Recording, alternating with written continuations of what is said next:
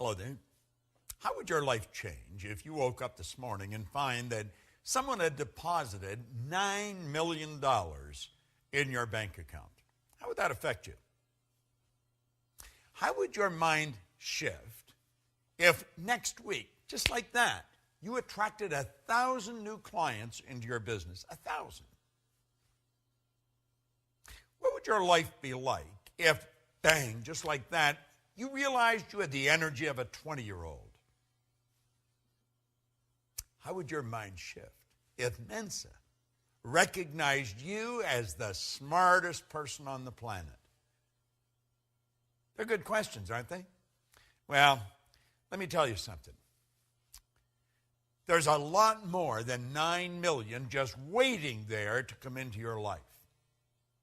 There's an infinite supply. And the 1,000 clients, there's tens of thousands of people out there just waiting for someone to come and serve them.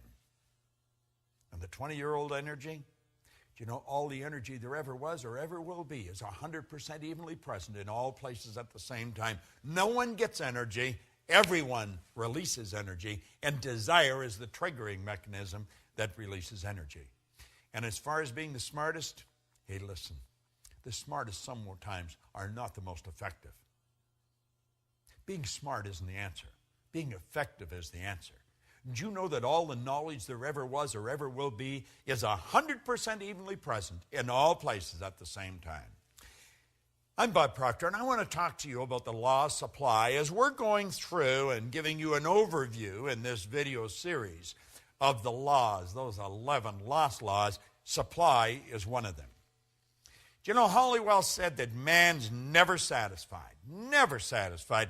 The fact is deplored by many, but God did not intend man to be forever satisfied. You see, dissatisfaction is actually a creative state. That's right. There's a lot of people that mix up satisfaction and happiness. You can be very happy and very dissatisfied. I am never satisfied with the results that we get in our company, any of the companies that we have.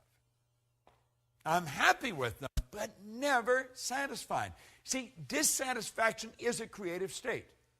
Yeah, it was dissatisfaction that led to the incandescent light. Edison just got sick and tired of dealing with a wax candle or a kerosene lamp. You see? Yeah, it was dissatisfaction that led the Wright brothers to introduce us to a brand new kingdom. Yeah, it was dissatisfaction that took Edward Hillary right to the top of the world. It was dissatisfaction that caused John Kennedy to make a statement that we would be on the moon in this decade. He said that way back in the 60s. Now, I hope you are dissatisfied. And if you're not, well, I'm going to say a quiet prayer for you. See, we believe, therefore, that it is right and good for people to seek to gratify all pure desires and ambitions.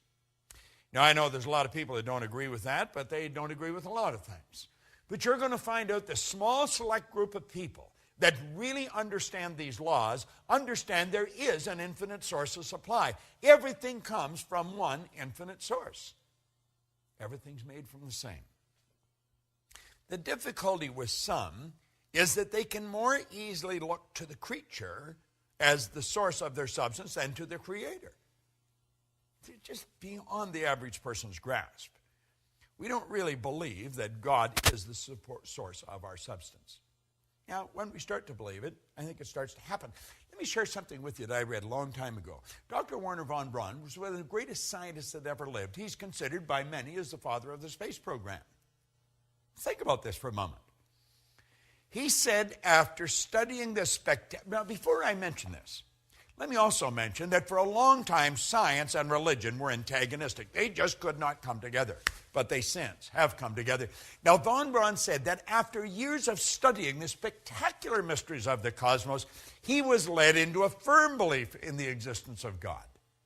Now, I'm not trying to turn this into a religious dissertation. I am just mentioning my own personal belief after studying these laws for very close to 50 years. I see the law as the uniform and orderly method of the omnipotent God. A law is something that happens every time with every person everywhere. And everyone that has accomplished anything will be quick to tell you this. See, as we look back, everybody loves a dead genius. They really do. But you know, all of these great geniuses from history that we look at, they were considered geniuses when they were alive. The Wright brothers were considered real heretics. They really were. See, the people that made it happen, they were out of the box. They weren't ordinary thinkers, but they understood that there was this governing process called the law.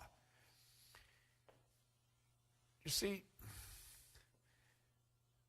before we're able to believe in abundance of good, we've got to then see and enjoy that everything comes from one infinite source of supply. And when we really understand that, everything is going to change direction for us. Nothing can be made from something any more than something can be made from nothing. But where does water come from? Let's give it some thought. If we went outside on a nice clear day and stood there with a cup, just stood there, and we were patient, and we stayed there long enough, do you know that that cup would fill with water? Yeah. You would see in the no thing, you would see a cloud formation. And the cloud would become very heavy and very dark, and before long, water would fall out of it. Now, if we stayed there with that cup, where would the water go to? It'd go right back to where it came from. See, as above, so below. As below, so above. I want you to think about that. Nothing is created or destroyed. Everything's in a constant evolution of change. We literally live in an ocean of motion. You and I have the godlike ability to create images in our mind. And as we create the images in our mind, we control the vibration that we're in, and that vibration sets up an attractive force. In the seminars that I conduct, I hold up a little acorn sometimes that comes from a giant oak tree. But the little acorn is nothing but a mass of energy in a high speed of vibration. It's just a little physical nut. Now, if I kept that acorn in my pocket, that acorn would disintegrate because it's governed by a very, very basic law, create or disintegrate. And it's not in an environment that's conducive to its unfoldment. But let's suppose I take and I plant that acorn in the earth. Do you know that there's particles of earth that are in harmonious vibration with that little mass of energy that we call an acorn? See, if you looked at the acorn through a microscope, it's not solid. It's just a little mass of energy that's dancing. Let me digress for a moment. Let's suppose I took 2 drops of water on a glass-top table and I pushed them together until they touched. Then I'd have 1 drop, wouldn't I? I'd have a bigger drop. Let's suppose I put another drop and I pushed it together. Now, what do you think the odds are of me separating that one little drop, the one little puddle, I guess I could say, back into the same 3 little mass of molecules, the same 3 dots? You know it's not going to happen. You know, what God hath joined together gives it new meaning, doesn't it? Well, you see, there's particles of energy that's jammed right up against the acorn in the earth that don't vibrate in harmony with the acorn. But there's particles of energy that do vibrate in harmony with the acorn, and the acorn's like a magnetic force, and if you could see it with the naked eye, you would see little particles of energy marching just like obedient soldiers right towards the acorn. And as they touch the acorn like that, like the 2 drops of water, they become one with the acorn. And this process is continuous. It's continuous. And the only particles of energy that the acorn can attract are the particles that vibrate in harmony with it. They're on a frequency. And the acorn keeps attracting and keeps expanding. And the shoots come out of the bottom, and then it breaks through the earth, and it attracts from the atmosphere as well as from the earth. And before long, you'll see a giant oak tree. All by attraction. It's all energy moving. There's one source of supply, just one. Well, do you know that you are attracting to you right now from an infinite source? Now, if you're holding thoughts of lack and limitation, that's what you're going to attract. The universe, by law, can only give you what you put in the order for. What are you putting in the order for? We talked in a previous video about thinking. There's a law of thinking. Well, as you think, you attract. So think about it. What have you put in order for? What are you attracting? Everything comes from one infinite source. You might say, well, I don't really understand that. Then just take my word for it, because I do understand it. And if you study it for a while, you're going to start to understand it. Like Solomon said, in all you're getting, get understanding. Well, let's understand where everything does come from. There's no lack. There's no limitation. As long as you live through your sensory factors and just go by what you see, then there will be lack and limitation because you're dealing with a very limited view. But when you start dealing with the God's eye view, you see things from a much higher level. There's no lack and no limitation. And understand this, what you think you attract, and you attract from one infinite source of supply. Study this law of supply.